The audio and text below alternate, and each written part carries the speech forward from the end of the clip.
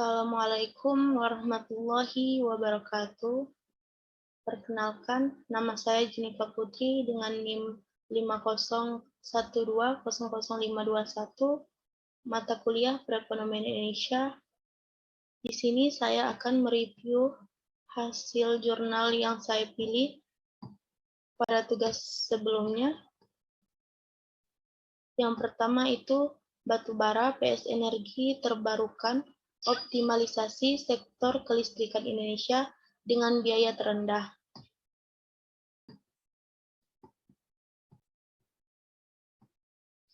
Indonesia, ekonomi terbesar di Asia Tenggara, menempati peringkat global di antara negara-negara terbatas dalam hal ekspansi pembangkitan listrik tenaga kerja batu bara, meskipun biaya energi terbarukan utama telah turun secara dramatis dalam beberapa dekade terakhir, khususnya PV surya dan tenaga angin. Peran mereka dalam perencanaan sektor listrik Indonesia dapat diabaikan. Untuk menilai potensi peran energi terbarukan di sektor kelistrikan Indonesia, kami mengembangkan model optimalisasi biaya untuk sektor kelistrikan berdasarkan 4 skenario berbeda dengan asumsi pengurangan yang relatif lambat dan relatif cepat dalam biaya energi terbarukan. Dengan dan tanpa penetapan harga karbon masing-masing, kami menilai ekspansi kapasitas pembangkit listrik, emisi CO2 yang dihasilkan, dan total biaya sistem hingga tahun 2040. Kami membandingkan hasil skenario kami dengan rencana bisnis perluasan tenaga listrik terbaru, Utilitas Indonesia (RUPTL), serta Rencana Induk Energi Negara (RUEN). Ingatlah bahwa rencana pengembangan resmi untuk sektor energi akan secara signifikan meningkatkan biaya pembangkitan listrik karena kelebihan kapasitas dan ditinggalkannya teknologi biaya terendah di masa depan, terutama tenaga surya. Penetapan harga karbon hanya 5 per ton CO2 membuat batubara menjadi alternatif yang tidak ekonomis dan memfasilitasi integrasi pembangkitan listrik, biomasa, dan panas bumi. Pada tahun 2020, pertengahan 2030, tenaga surya akan bersaing dengan batubara, bahkan tanpa harga karbon, karena biaya energi terbarukan turun dengan cepat. Karena kurangnya sumber daya angin kritis, tenaga angin hampir tidak kompetitif dari waktu ke waktu. Hasil kami menunjukkan bahwa rencana sektor energi Indonesia dapat ditingkatkan secara signifikan baik dari segi biaya maupun perlindungan iklim. Yang direferensi oleh Ordonez dan diterbitkan pada tahun 2022. Yang kedua, biaya pengobatan langsung diabetes mellitus tipe 2 dan komplikasi terkaitnya di Indonesia. Yang pertama itu tujuan pendekatan berbasis prevalensi digunakan untuk memperkirakan biaya pengobatan langsung diabetes tipe 2 DMT2 dan komplikasinya pada populasi Indonesia dari perspektif pembayar. Yang kedua itu metode. Biaya pengobatan langsung untuk tahun 2016 diperkirakan menggunakan database Jaminan Kesehatan Nasional Indonesia yang dikenal sebagai Jaminan Kesehatan Nasional. Ini termasuk biaya kelompok yang terkait dengan diagnosis dan biaya tidak terintegrasi untuk pasien yang memiliki akses ke perawatan lanjutan. Populasi penelitian termasuk orang-orang di atas usia 30 yang didiagnosis dengan diabetes tipe 2, T2DM, dan komplikasi terkait telah diidentifikasi menggunakan klasifikasi penyakit internasional edisi 10. Semua komplikasi yang tercantum dalam indeks komplikasi hipoglikemia dan keparahan diabetes dimasukkan. Analisis deskriptif dilakukan, biaya akan dikonversi menjadi setara dengan US 2016.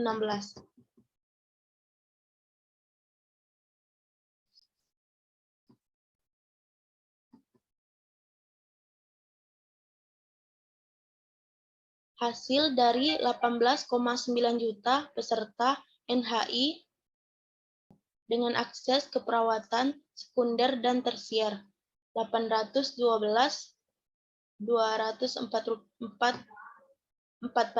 diagnosis dengan diabetes tipe 2, di mana 57% mengalami komplikasi. Komplikasi yang paling umum adalah penyakit kardiovaskular 24%. Total biaya pengobatan langsung adalah 576 juta, dengan 56% dirawat di rumah sakit, 38% konsultasi spesialis, dan 4% obat yang tidak berhubungan dengan diabetes, dan 2% obat hipoglikemik yang tidak terjual. Sekitar 74% dari total biaya dihabiskan untuk merawat pasien dengan komplikasi. Orang dengan komplikasi 930 per orang per tahun, ditambah 1.480 orang per tahun, menghabiskan 2 kali lipat dari orang tanpa komplikasi. 421 orang per tahun, ditambah 745 orang per tahun, lengkap biaya pengobatan pasien DMT2 secara langsung di Indonesia sangat mahal. Diagnosis dini dan manajemen DMT2 yang optimal untuk menghindari komplikasi dapat mengurangi gejala sisa yang mahal dan mewujudkan potensi penghematan biaya. Yang direferensi oleh Hidayat et al. Diterbitkan pada tahun 2022. Yang ketiga, efektivitas biaya langkah-langkah jarak sosial untuk mitigasi pandemi COVID-19 di negara berpenduduk padat, sebuah studi khusus di Indonesia. Latar belakang sebagai salah satu strategi mitigasi pandemi COVID-19, langkah-langkah social distancing SD direkomendasikan untuk mengendalikan penyebaran penyakit dan menekan angka serangan. Oleh karena itu, penelitian ini bertujuan untuk memperkirakan biaya dan dampak tindakan sekolah dasar melalui penutupan sekolah, tenaga kerja, dan pengangguran.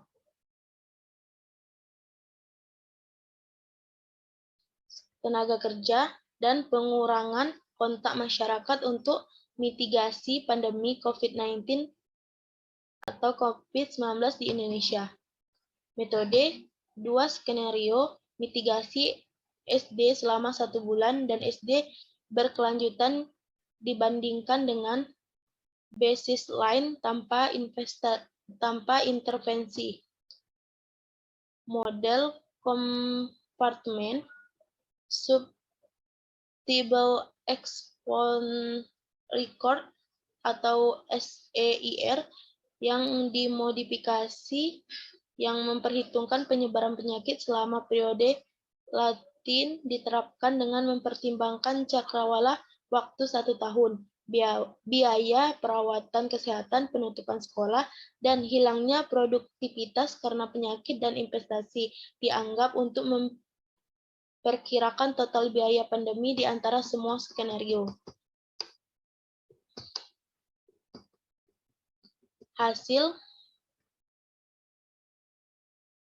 dibandingkan dengan skenario dasar, hasil menunjukkan bahwa total penghematan untuk skenario SD 1 bulan dan skenario SD berkelanjutan masing-masing sekitar 415 miliar dan 699,0 miliar dengan 4,6 juta kematian dihindari. Ini menunjukkan bahwa ada 8,5 juta orang. Analisis sensitivitas merupakan parameter yang paling berpengaruh di mana baseline tingkat reproduksi, durasi infeksi, upah harian, masa inkubasi, masuk ICU harian, dan kematian khusus mempengaruhi jumlah kematian yang diselamatkan dan dihindari, menunjukkan bahwa ada lengkap sebagai penghematan biaya. Aksi SD diselesaikan melalui pengangguran, penutupan sekolah, sumber daya manusia, dan pelibatan masyarakat. Peningkatan jarak sosial cenderung meningkatkan tabungan dan mengurangi jumlah kematian. Referensinya Aulia Suwantika dan Damanti et al. Yang diterbitkan pada tahun 2022. Yang keempat, optimalisasi multi tujuan pada total biaya dan emisi karbon dioksida dari pasokan batubara untuk pembangkit listrik tenaga batubara di Indonesia. Batubara Indonesia terbesar di beberapa pulau seperti Sumatera, Kalimantan, Sulawesi, dan Papua. Sebagian besar diklarifikasikan sebagai batubara kadar rendah dan menengah, dan sangat cocok untuk pembangkit listrik batubara bahan bakar batubara. Ke depan, permintaan batubara dalam negeri akan meningkat didorong oleh rencana permintaan untuk meningkatkan kapasitas pembangkit listrik dan kebutuhan energi primer. Pada sistem saat ini, hanya perusahaan tambang batubara yang kualitas batubaranya memenuhi spesifikasi PLTU batubara yang dapat dipilih sebagai pemasok tanpa mempertimbangkan mekanisme pencampuran. Kondisi ini dapat memberlakukan beberapa pembatasan pada pasokan jangka panjang karena batu bara cenderung habis dari waktu ke waktu dan mahal. Optimalisasi campuran batu bara harus dipertimbangkan untuk meningkatkan keputusan guna mengamankan permintaan batu bara jangka panjang untuk pembangkit listrik. Kajian ini mencakup pertimbangan parameter kualitas batu bara, kriteria kebutuhan pembangkit tenaga listrik, lokasi pabrik pencampuran batu bara, dan jenis kapal. Sebagai kendala, kami memperkenalkan optimalisasi multi tujuan menggunakan program linear integer campuran yang terdiri dari pertindaksamaan linear, variabel biner, dan variabel kontinu untuk menemukan solusi optimal dengan biaya dan emisi karbon sebagai fungsi tujuan. Beberapa skenario dianalisis, kondisi dasar, kapal sewaan, dan kesadaran lingkungan. Hasil yang diperoleh dengan metode kendala epsilon menunjukkan manfaat dari skema dan skenario yang diusulkan. Solusi yang lebih fleksibel untuk memastikan permintaan jangka panjang dan mengurangi biaya keseluruhan dan emisi karbon. Selain itu, optimalisasi yang mempertimbangkan parameterisasi dan pemodalan dapat dianggap dapat diterapkan untuk memecahkan masalah serupa yang terkait dengan transportasi barang serupa dan pemilihan rantai pasokan di wilayah yang lebih luas. Referensi Basoka, Fr. Takahashi Marikawa et al. Yang diterbitkan pada tahun 2022.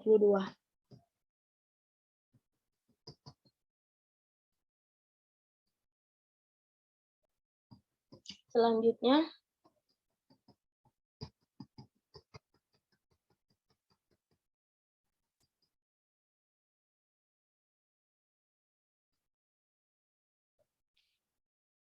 5.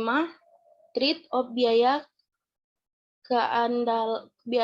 keandalan untuk perencanaan industri listrik dengan penetrasi energi terbarukan variabel tinggi di negara berkembang.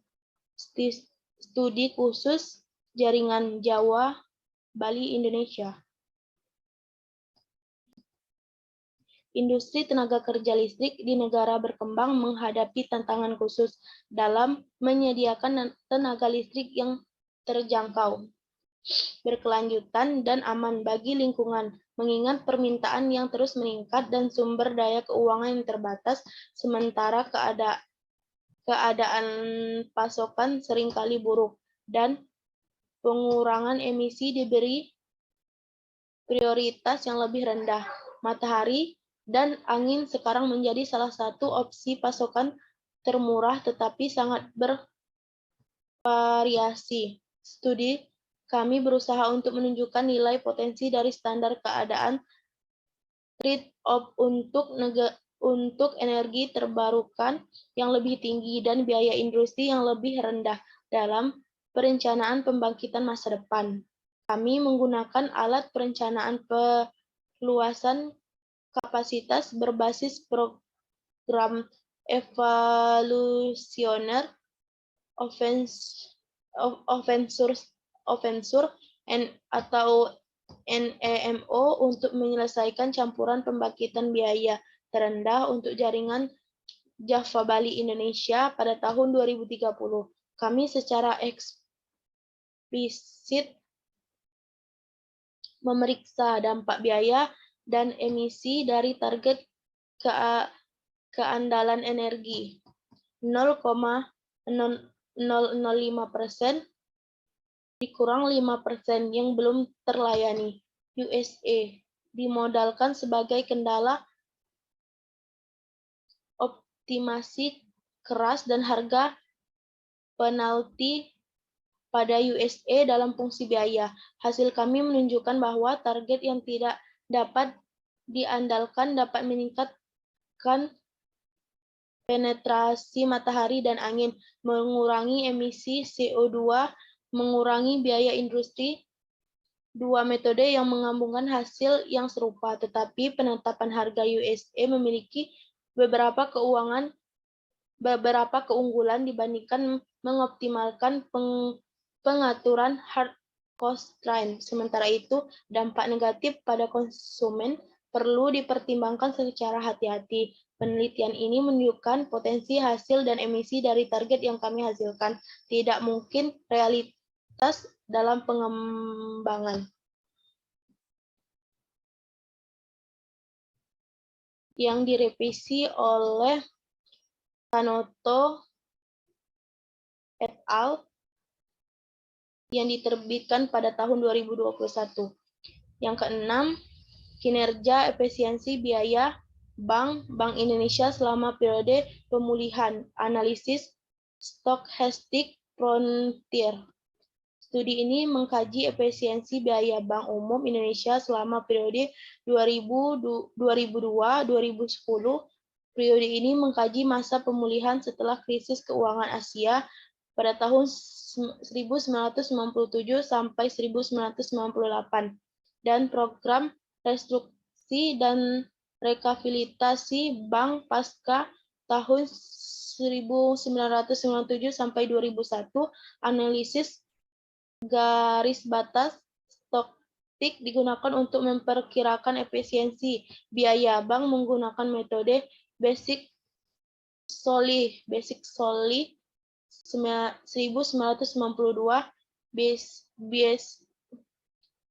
dan standar yang ditetapkan dengan analisis dua tahap. Regresi TOBIT juga digunakan untuk mengungkap determinan efisiensi biaya perbankan Indonesia selama periode tersebut. Hasil penelitian menunjukkan bahwa rata-rata efisiensi biaya perbankan di Indonesia cenderung meningkat selama periode penelitian. Dari semua modal yang diteliti, jelas bahwa ukuran bank profitabilitas rasio kecukupan modal, manajemen risiko, kredit, dan kredit adalah variabel internal yang mempengaruhi efektivitas biaya Bank Indonesia selama periode penelitian. Namun, semua indikator makroekonomi yang termasuk dalam modal juga memiliki dampak yang signifikan terhadap efektivitas biaya Bank Indonesia selama periode ini, yang direferensi oleh Anwar pada tahun yang diterbitkan pada tahun 2019. Selanjutnya, Dewan yang terhubung secara politik, afiliasi keluarga dan kelompok bisnis, dan biaya modal. Bukti dari Indonesia. Periksa dampak badan-badan yang relevan secara politik, baik Dewan Pengawas (SB) dan Dewan BOD, terhadap utang dan biaya modal dari perusahaan-perusahaan yang terdaftar di Indonesia yang telah membentuk sistem tata kelola perusahaan 2 tingkat. Hasil berdasarkan 250 perusahaan rendah menunjukkan bahwa perusahaan dengan Fiji yang berafiliasi politik memiliki biaya utang dan modal yang lebih rendah, sedangkan BOD yang berafiliasi politik memiliki biaya utang dan modal yang lebih rendah. Selain itu, kami menemukan bahwa perusahaan memiliki keluarga dan perusahaan yang dimiliki oleh grup perusahaan dengan dewan yang terkait memiliki biaya kredit dan modal yang lebih rendah. Hasil utama kami adalah kuat terhadap alternatif dan pengujian endogen. Referensi Johnny et al. Yang diterbitkan pada tahun 2020. Selanjutnya, mengembangkan perpustakaan spektral tanah menggunakan spektrometer NIR murah untuk penumpukan presisi di Indonesia. Penumpukan yang tepat dimaksud untuk diterapkan sesuai dengan keragaman unsur hara tanah dan kebutuhan unsur hara yang khas bagi tanaman. Analisis laboratorium sampel tanah diperlukan untuk menghasilkan pupuk yang direkomendasi. Ini mahal yang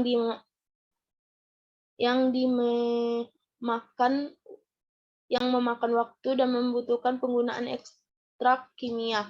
Spektroskopi inframerah dekat (NIR) sudah dikenal luas dan digunakan secara luas sebagai metode cepat untuk memprediksi berbagai sifat tanah dengan akurasi yang sebanding dengan analisis tanah tradisional. Namun, sebagian besar penelitian dilakukan dengan menggunakan spektrometer tampak dan inframerah dekat (VIS NIR).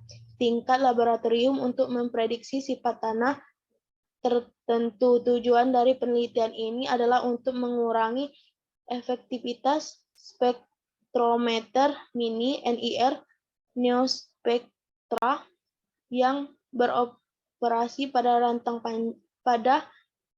panjang gelombang 1.300 hingga 2.600 nm untuk analisis tanah dan untuk menentukan penumpukan yang direkomendasikan untuk berbagai tanaman pangan Indonesia.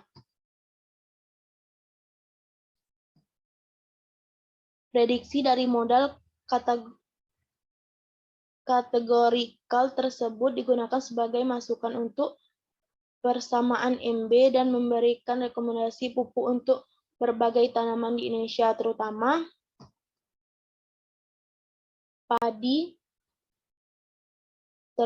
padi, kedelai, dan jagung. Rekomendasi ini selanjutnya dimodifikasi berdasarkan berbagai sifat tanah yang mempengaruhi dinamika nutrisi. Studi ini menunjukkan kelayanan penggunaan spektrometer NIR sebagai alat cepat untuk rekomendasi pemupukan.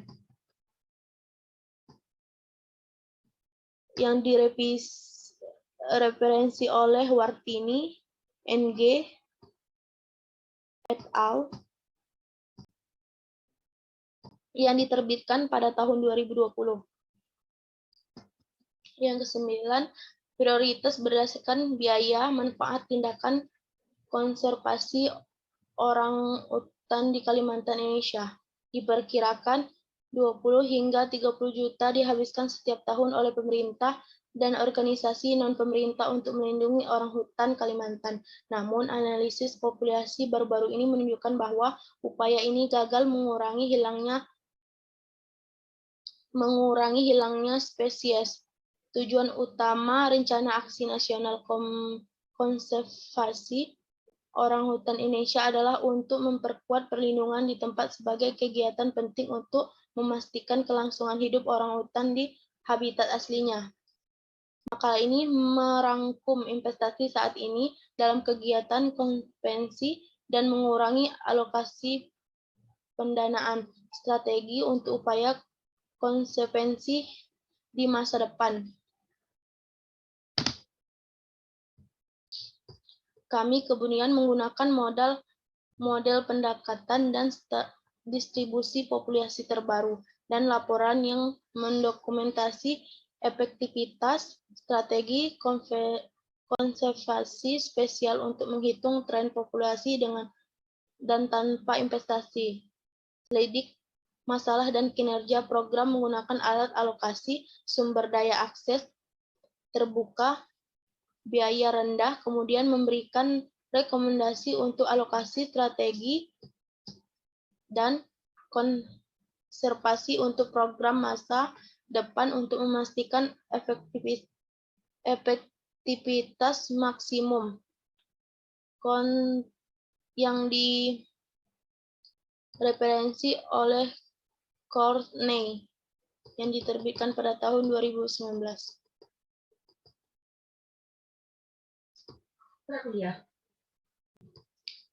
Selanjutnya, mega konvensi dari LPG ke kompor induksi untuk mewujudkan transisi energi bersih Indonesia. Pemerintah Indonesia menghadapi beban anggaran nasional yang semakin meningkat dari subsidi energi khusus, beban anggaran nasional yang semakin meningkat dari subsidi energi, khususnya subsidi bahan bakar cair LPG ke sektor perumahan. Menurut APBN 2019, subsidi LPG untuk botol 3 kilo diperkirakan lebih dari 4,9 miliar pada tahun 2019. Sementara itu, Indonesia banyak membangun pembangkit listrik total kapasitas baru hingga 35.000 megawatt. Penambahan kapasitas tersebut akan mengakibatkan kelebihan kapasitas daya akibat melambatnya pertumbuhan ekonomi. Oleh karena itu, pemerintah Indonesia mencanangkan program kompor industri yang mengalihkan rumah tangga ke memasuk listrik untuk memanfaatkan kelebihan listrik sekaligus mengurangi subsidi LPG. Namun, tinjauan literatur tentang ekonomi dan kebijakan pembangunan kompor industri di pasar listrik Indonesia masih terbatas. Penelitian ini memberikan evaluasi keekonomisan kompor industri dibandingkan dengan menggunakan kompor LPG untuk biaya listrik dan LPG, yaitu biaya bersubsidi dan tidak bersubsidi. Kajian ini juga akan menjadi referensi akademis bagi pemangku kepentingan sektor energi Indonesia untuk menerapkan kebijakan energi bersih untuk mengalihkan teknik memasak dari kompor LPG ke kompor industri. Jurnal ini yang direferensi oleh Hakam, DF, et al. Yang diterbitkan pada tahun 2022. Selanjutnya, investigasi konsumsi energi rumah tangga, bangunan perumahan perkotaan di kota-kota besar Indonesia selama pandemi COVID-19. Penerapan motor kontrol komen MCO untuk menekan penyebaran penyakit virus corona baru COVID-19 pada tahun 2019 telah mempengaruhi pola pengangguran energi rumah tangga di seluruh dunia. Tujuan dari penelitian ini adalah untuk mengetahui konsumsi energi rumah tangga pada perumahan perkotaan di kota-kota besar di Indonesia selama masa pandemi COVID-19. 3 kota besar yang mewakili Indonesia dipilih dan diteliti secara detail mengenai peralatan rumah tangga dan konsumsi gas melalui wawancara tetap muka pada tahun 2021. Faktor-faktor mempengaruhi konsumsi energi rumah tangga diselidiki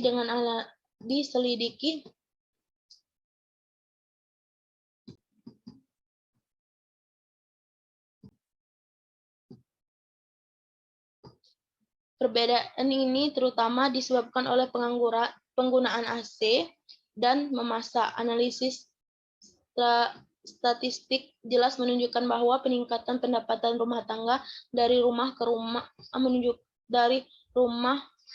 rumah, meningkatkan ukuran rumah tangga dan jumlah peralatan rumah tangga termasuk AC, sehingga meningkatkan konsumsi energi total rumah tangga. Kami merekomendasikan strategi konservasi energi potensial berikut untuk rumah tangga perkotaan Indonesia. Pengelola jumlah keluarga meningkatkan standar efisiensi energi untuk peralatan, mempromosikan gaya hidup hemat energi, terutama orang dewasa, orang muda menggunakan teknologi pendingin pasif, buka jendela bila memungkinkan, buka jendela jika memungkinkan. Yang direferensi oleh Surahman yang diterbitkan pada tahun 2022. Selanjutnya, pengaruh pembangunan pelabuhan terhadap kualitas air pantai. Bukti status eutrofifikasi di Indonesia. Pembangunan infrastruktur transportasi harus mencakup analisis biaya manfaat yang komprehensif dan mempertimbangkan pertumbuhan kualitas lingkungan yang terkait dengan infrastruktur tersebut merupakan salah satu aspek kunci yang dapat membantu memecah masalah ini. Studi ini menggunakan diferensial indiferensi untuk memperkirakan perubahan kualitas air pantai yang diukur dengan konsentrasi klorofil yang terkait dengan pembangunan pelabuhan di Indonesia selama 1 dekade terakhir. Menggunakan data kualitas air bulanan memiliki MODIS, kami menemukan bahwa keberadaan pelabuhan provinsi kecil meningkatkan klorofil di daerah pesisir dalam jarak 6 km dari pelabuhan sebesar 1,7%. Efeknya terkontrasi dalam 2 bulan sejak awal operasi, dan ada tanda-tanda efek tarik ke depan karena masa konstruksi. Dampak yang lebih besar terlihat di Indonesia bagian timur, yang mengadakan pelabuhan kecil untuk kegiatan lokal. Selain itu, kami berpendapat bahwa risiko pencemaran laut terbatas, tetapi dampaknya bisa lebih besar di pelabuhan yang lebih besar. Referensi oleh Yudhistira pada tahun 2000 yang diterbitkan pada tahun 2022.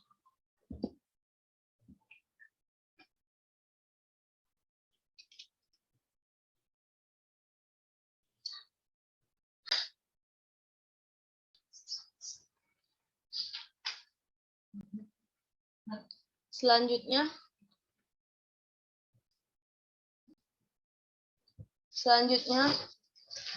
cahaya buruk.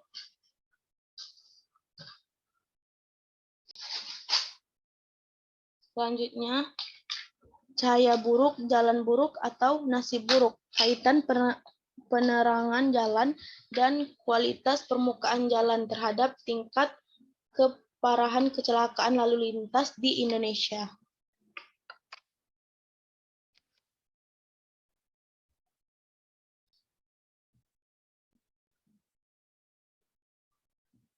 Tujuan pembangunan berkelanjutan PBB mengharuskan semua negara untuk mengurangi separuh kematian di jalan pada tahun 2020 dalam situasi negara berkembang seperti Indonesia.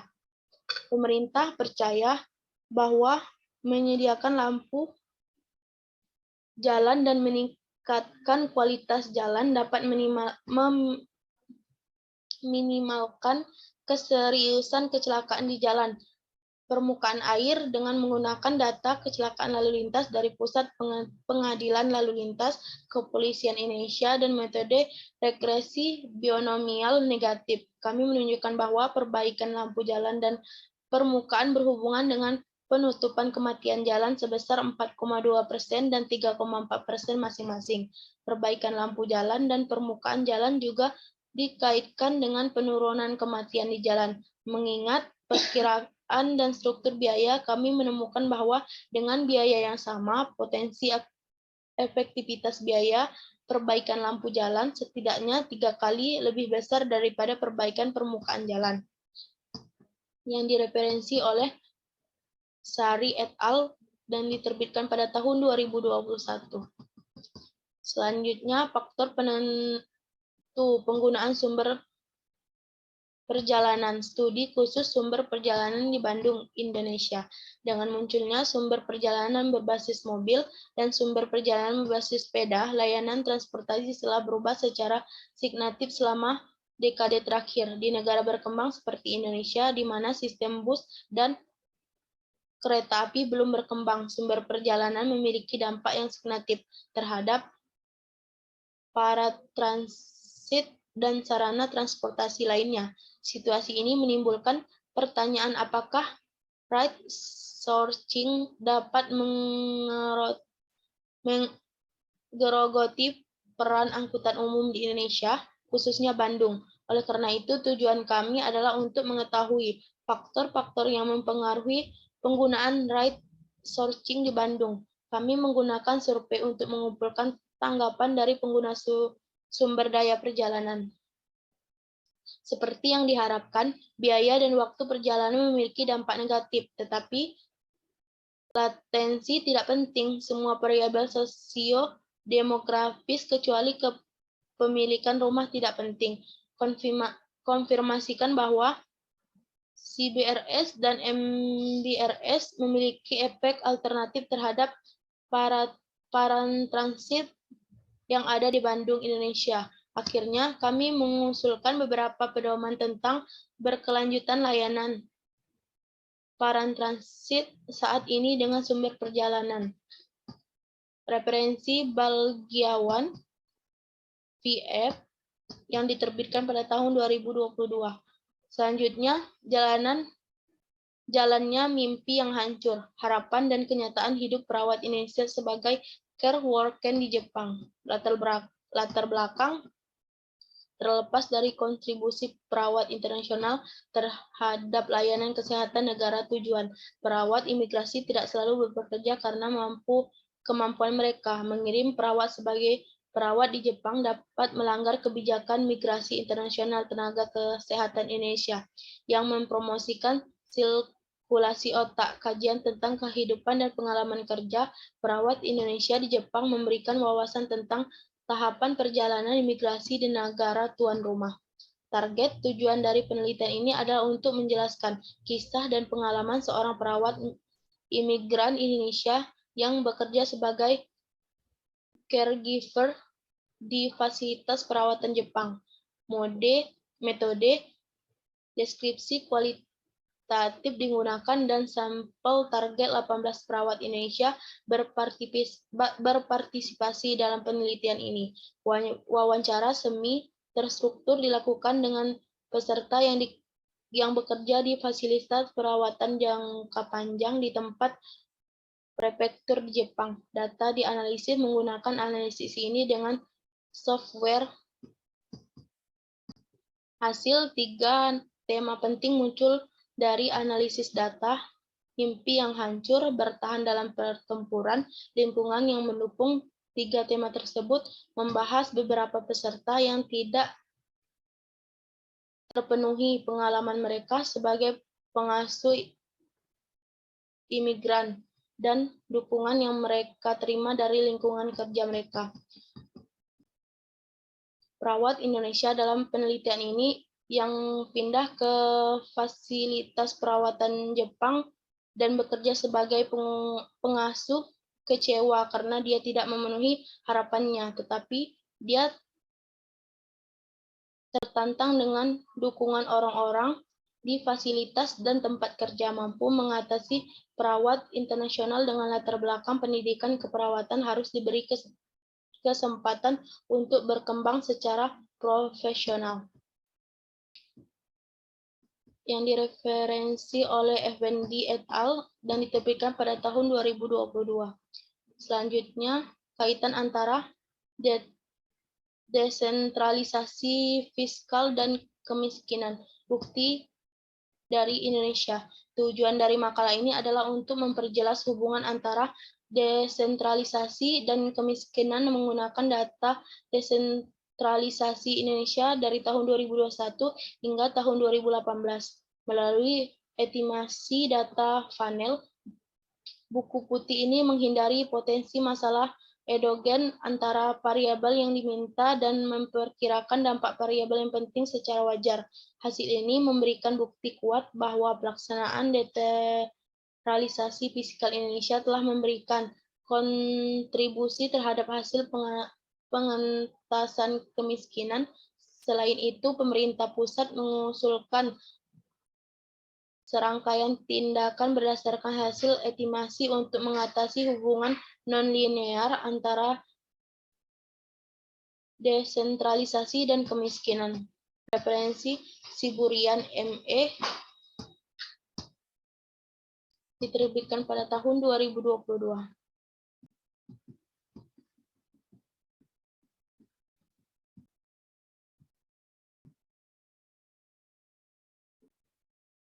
Deteksi masalah vintage lending di Indonesia. Teknologi keuangan vintage merupakan industri yang berkembang di Indonesia, didukung oleh kemajuan infrastruktur teknologi. Hingga akhir 2019, Otoritas Jasa Keuangan (OJK), Otoritas Keuangan Indonesia, mencatat 164 perusahaan vintage lending terdaftar dan berizin. Namun semenjak awal 2018, Satgas Waspada Investasi (SWI) dan Kementerian Komunikasi dan Informatika telah memblokir 1.350 platform vintage ilegal. Praktik vintage lending ilegal memiliki mekanisme di luar tanggung jawab dan wewenang OJK, termasuk risiko pengumpulan dan penyebaran data pribadi. Inti dari penelitian ini adalah untuk membahas lengkap vintage lending di Indonesia dari data berita online Indonesia yang direferensi oleh Suryono RR yang diterbitkan pada tahun 2021. Yang selanjutnya, metode Livestock Indonesia. Permintaan sumber daya daging sapi di Indonesia semakin meningkat dari tahun ke tahun. Namun, pasokan daging sapi domestik Indonesia tidak dapat memenuhi kebutuhan tersebut. Impor massal daging sapi kemungkinan akan terus berkelanjutan. Sebagai upaya, telah dilakukan permintaan untuk menekan impor dan mewujudkan swasembada daging sapi. Namun, pemerintah belum memiliki sistem identifikasi, pendaftaran, dokumentasi, dan ketelusuran yang baik, sehingga belum ada data yang benar-benar valid mengenai keadaan investasi yang sebenarnya. Selain itu, investigasi ini membuat berbagai rekomendasi untuk penyelesaian masalah tersebut. Rekomendasi terkait dengan kebutuhan fungsional alat identifikasi, aturan penomoran situs, dokumen kepemilikan, sosialisasi livestock, aspek kelembagaan livestock, peraturan yang berdasarkan livestock, dan diagram infrastruktur. Konseptual livestock lembu, semua model proses bisnis yang dibuat telah divalidasi, dan komplikasinya dihitung. Sebagai besar model proses bisnis sangat mudah dipahami. Model proses bisnis dan rekomendasi yang diungkapkan oleh peneliti ini akan menjadi pedoman pemerintah dalam menerapkan Livestock. Jurnal ini yang direferensi oleh Ramadan et al. Yang diterbitkan pada tahun 2021. Kemudian memperkuat pendidikan kebidanan melalui pengalaman klinis, temuan dari studi kualitatif di Indonesia. Latar belakang: salah satu strategi pemerintah Indonesia untuk menurunkan angka kematian ibu adalah dengan memiliki bidan dari semua desa untuk memberikan usaha kebidanan dan pelayanan kesehatan dasar. Untuk menambah jumlah bidan, pemerintah Indonesia telah mulai membuka sekolah kebidanan. Namun, kematian ibu di Indonesia masih tinggi. Hal ini menimbulkan pertanyaan tentang kualitas pendidikan kebidanan di Indonesia dan bagaimana pendidikan ini dapat diperkuat hingga bidan berperan penting dalam menurunkan angka kematian ibu. Tujuan dari penelitian ini adalah untuk mengidentifikasi hambatan dan faktor yang mendukung penguatan pendidikan kebidanan di Indonesia.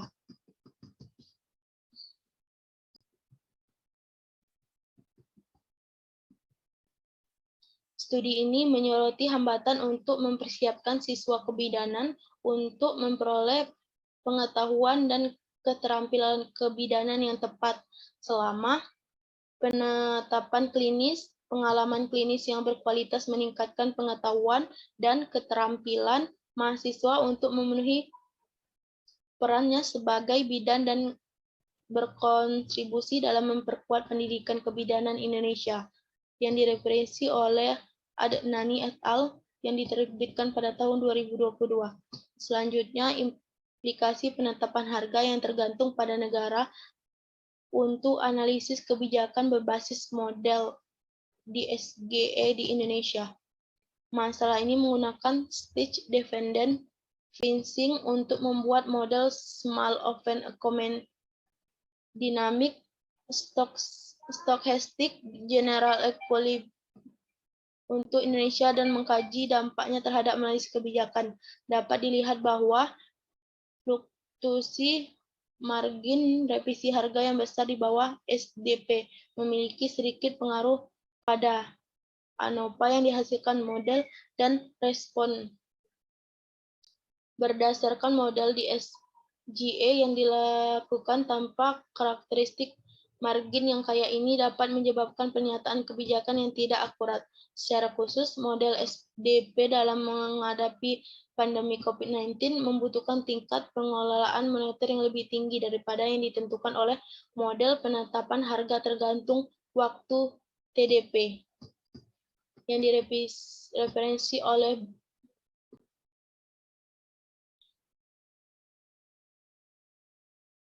Light D yang diterbitkan pada tahun 2021.